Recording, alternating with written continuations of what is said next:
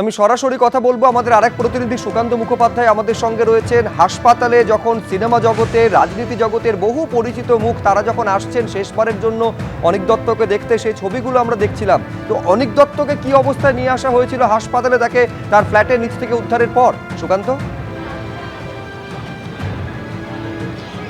দেখো, দুপুর 1টার কিছু পরে হিন্দুস্তান পার্কের যেখানে ঘটনাস্থল সেখান থেকে সরাসরি তাকে এই অ্যানেক্স টু যে মণিপাল হাসপাতাল রয়েছে সেখানে নিয়ে আসা হয়। এমার্জেন্সি বিল্ডিং আমার ঠিক পিছনের দিকের অংশ রয়েছে, সেখানে তোমাকে দেখাবো। এবং 1টার পর তখন যাকে নিয়ে আসা হয় হাসপাতাল সূত্রে খবর, তখন তার মাথায় চোট রয়েছে, সেখান থেকে রক্ত বেরোচ্ছিল। এছাড়াও ইন্টারনাল হ্যামারেজও ছিল, পরবর্তীকালে পরীক্ষায় জানা যায়। কিন্তু হাসপাতাল সূত্রে খবর যে যতক্ষণে তাকে আনা হয় ততক্ষণে কিন্তু ব্রড ডেড ডিক্লেয়ার করা হয়, অর্থাৎ হাসপাতালে এনে চিকিৎসার কোনো রকম সময় চিকিৎসকেরা পাননি, তার আগে কিন্তু তার মৃত্যু হয়েছে। এবং জানি রাখি যে ইতিমধ্যে বিকেল 4টে নাগাদ তার দেহ এখান থেকে বের করে নিয়ে যাওয়া হয়েছে এসএসকেএম হাসপাতালে।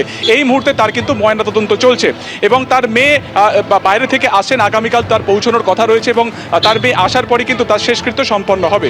কিভাবে এই গোটা ঘটনাটি ঘটলো সেটা এখনো পুলিশ তদন্ত করে দেখছে। তবে পরিবার সূত্রে যেটা জানা যাচ্ছে যে বেশ কয়েক বছর ধরে তিনি কিন্তু এই হাসপাতালেই তার কিন্তু চিকিৎসা চলছিল, একাধিক তার মানসিক এবং শারীরিক তার চিকিৎসা চলছিল এবং সেটা নিয়ে তিনি যথেষ্ট ডিপ্রেশনে ছিলেন।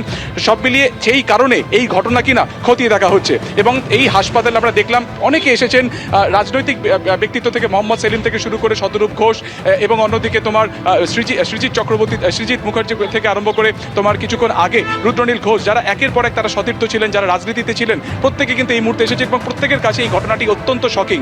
যদিও পরিবারের তরফ থেকে এখনো পর্যন্ত অফিসিয়াল কোনো স্টেটমেন্ট দেওয়া হয়নি, তবে তার যারা সতীর্থরা রয়েছেন তারা কিন্তু পরিষ্কার জানাচ্ছেন যে আজকে একেবারে তৎপরতার সাথে পুলিশ কিন্তু তার ময়নাতদন্ত জন্য তার হাসপাতালে পাঠানো হয়েছে। এছাড়া ডিসি এসিডি এখানে এসেছিলেন, ফরেন্সিক অন্যদিকে যারা হোমিসাইড যারা তদন্ত করে দেখছেন সেই হোমিসাইড বিভাগের আধিকারিকেরাও এসেছেন। যেহেতু ঘটনার সময় তার স্ত্রী একেবারে ফ্ল্যাটেই ছিলেন, তাই কী ঘটনা ঘটেছিল, শেষবার তিনি তার স্বামীকে কখন দেখেছিলেন, সেই সময় তার আচার আচরণে কোনো রকম অস্বাভাবিকতা বা কোনো অসঙ্গতি ছিল কিনা তার বয়ানও নেওয়া হয়েছিল। এবং দেহ কিভাবে এসেছিল সেই সময় যে ডাক্তার প্রথম বা যে চিকিৎসক প্রথম তাকে দেখেছিলেন তারও বয়ান কিন্তু ইতিমধ্যে নেওয়া হয়েছে হোমিসাইড বিভাগের তরফে। ফলত সব মিলিয়ে 1টার কিছু পরে এখানে আনা হয়, ব্রড ডেড ডিক্লেয়ার করা হয় এবং 4টে নাগাদ এখান থেকে তাকে বের করে সরাসরি এসএসকেএম হাসপাতালে নিয়ে যাওয়া হয়েছে এবং আজকে সেখানে তার ময়নাতদন্ত হবে এবং সেক্ষেত্রে দাঁড়িয়ে কোথায় কি আঘাত রয়েছে, একটি কী কারণে তার মৃত্যু হয়েছে পুরোটা কিন্তু স্পষ্ট হবে ময়নাতদন্ত রিপোর্টের পর। ধন্যবাদ সুকান্ত।